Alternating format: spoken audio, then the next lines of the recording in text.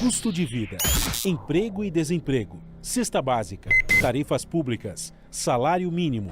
Agora, na Brasil Atual, a análise do DIEESE.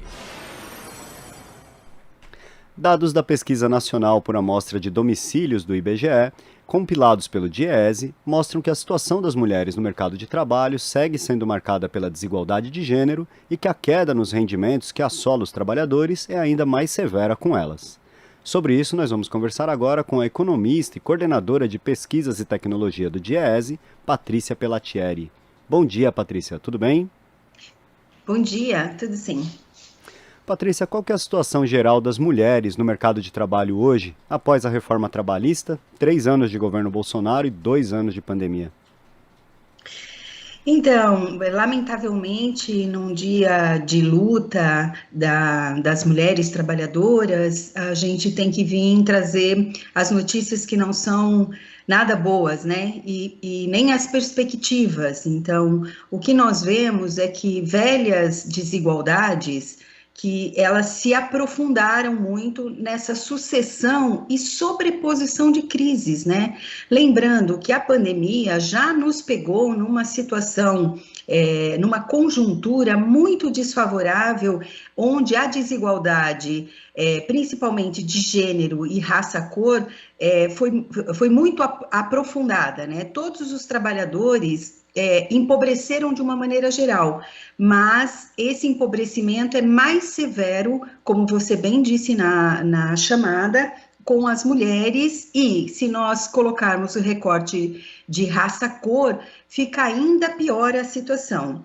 Então, as mulheres, historicamente, elas ocupam no mercado de trabalho brasileiro posições mais vulneráveis, né? Uma maior informalidade, muito trabalho em tempo parcial, uma somatória aí do trabalho produtivo e dos cuidados domésticos, né? Sem remuneração e o reconhecimento desse trabalho reprodutivo. E mesmo nas ocupações formais, as mulheres estão em maior número, mais presente nos setores, os chamados setores dos cuidados, né? Na saúde, na educação, que é tão primordial para o desenvolvimento de um país, mas no mercado, esses setores, eles não têm o mesmo valor monetário de setores majoritariamente ocupados por homens, né, como as engenharias ou a metalurgia, enfim. Então, aí já tem também uma desigualdade enorme, que é essa do que é valorizado no mercado, no chamado mercado, vou colocar aqui bem entre aspas, né? E mesmo com a mesma, ou muitas vezes com uma maior qualificação, escolaridade, na mesma ocupação, ainda assim, as mulheres ganham menos do que os homens. Essa diferença diminuiu ao longo dos anos 2000, mas ela voltou a aumentar, essa diferença de remuneração entre homens e mulheres na mesma ocupação, né? Essas diferenças, elas se agravam ainda mais quando somamos aí ao recorte de gênero, o recorte de raça-cor, né? Então, olhando aí o mercado de trabalho no terceiro trimestre de 2021, em comparação com o terceiro trimestre de 2019, portanto, antes da pandemia, pegando só essa última, essa sobreposição de crise, o que nós vemos é que todas essas desigualdades já existentes, elas se aprofundaram muito. Então, nesse período, a força de trabalho feminina, a força de trabalho a gente computa as ocupadas e as desocupadas. Essa força de trabalho reduziu em 1.100.000 mulheres, né? Então, são mulheres que estavam ocupadas e que deixaram de estar ocupadas ou procurando emprego, desistiram, né? E se nós olharmos com o recorte de cor, nós vamos ver que essa redução severa foi mais entre as mulheres negras. Desse total de 1.100.000, 925.000 são mulheres negras, né? Então, aí olhando quem está fora da força de trabalho, nós temos aí um aumento de 2.800.000 mulheres, ou seja, mais mulheres nesse período entraram em idade ativa e estão fora da força de trabalho. Nem sequer vão procurar entrar no mercado de trabalho porque não vem perspectiva de poder trabalhar. Então, nós tivemos uma redução da ocupação e uma redução mais severa no caso das mulheres negras e um aumento também da taxa de desemprego das mulheres. Então, muitas desistiram e outras estão procurando trabalho, né?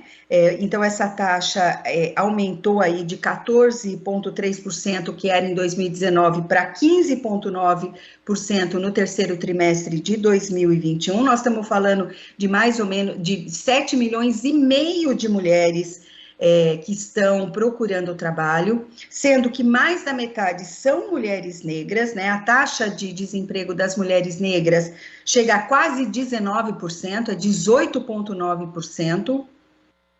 E chama muito a atenção que praticamente metade dessas mulheres estão procurando trabalho há mais de um ano e não encontram. Então, isso mostra o porquê que muitas mulheres desistiram. Para um país que pensa em desenvolvimento, nós estamos tendo um desperdício aí de produtividade, porque são mulheres em idade ativa, no auge da sua produtividade, que estão expulsas do mercado de trabalho.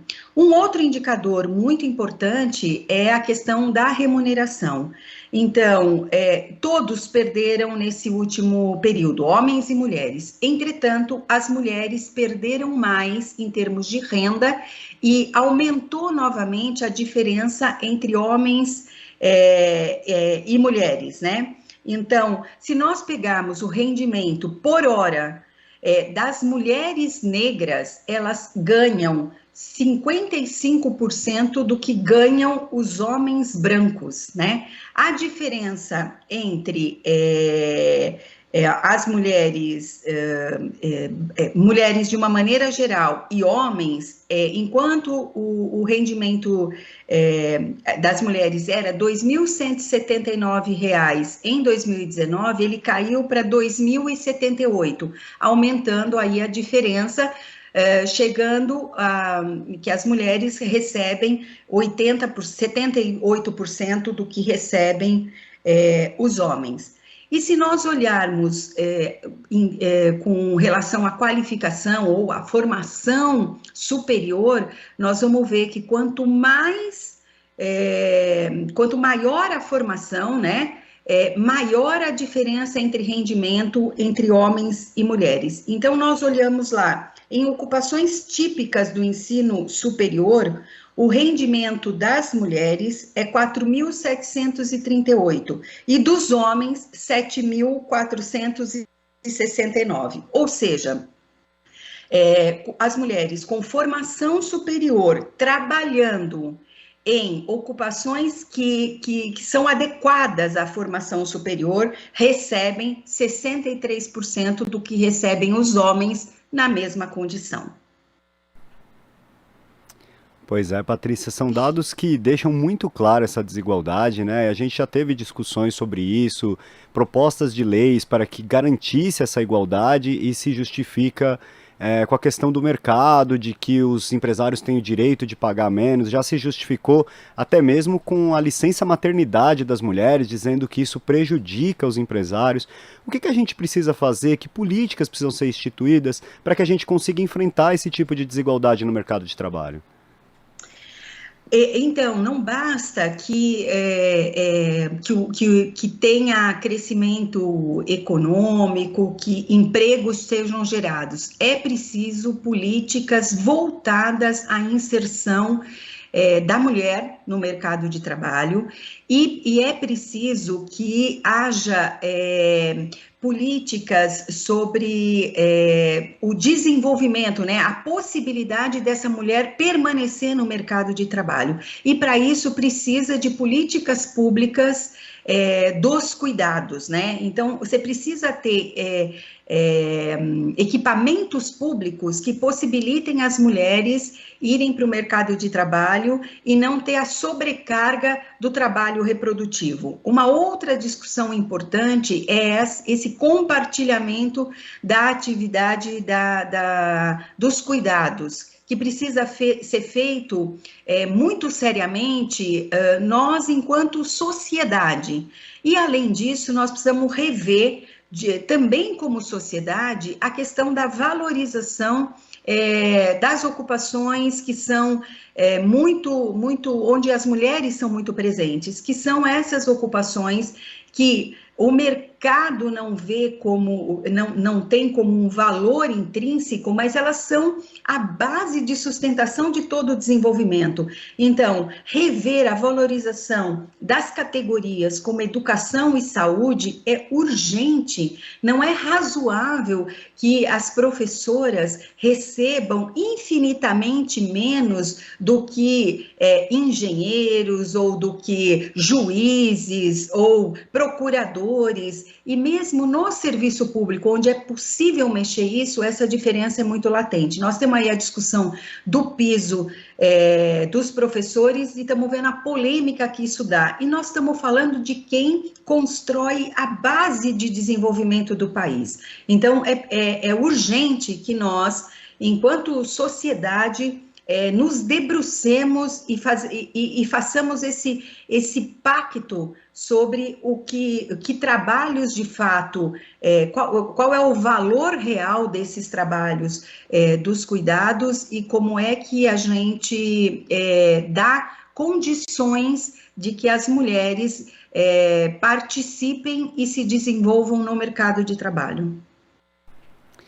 Patrícia, nos apontamentos em relação às desigualdades salariais, é interessante notar que elas são mais agudas no Sudeste, no Centro-Oeste e no Sul, enquanto no Norte e no Nordeste, alguns estados como Acre, Amapá, Roraima, Bahia, Piauí e Maranhão, por exemplo, eles apresentam uma média de salarial por hora superior para as mulheres. Por que ocorre essa diferença? Existem políticas específicas nesses estados?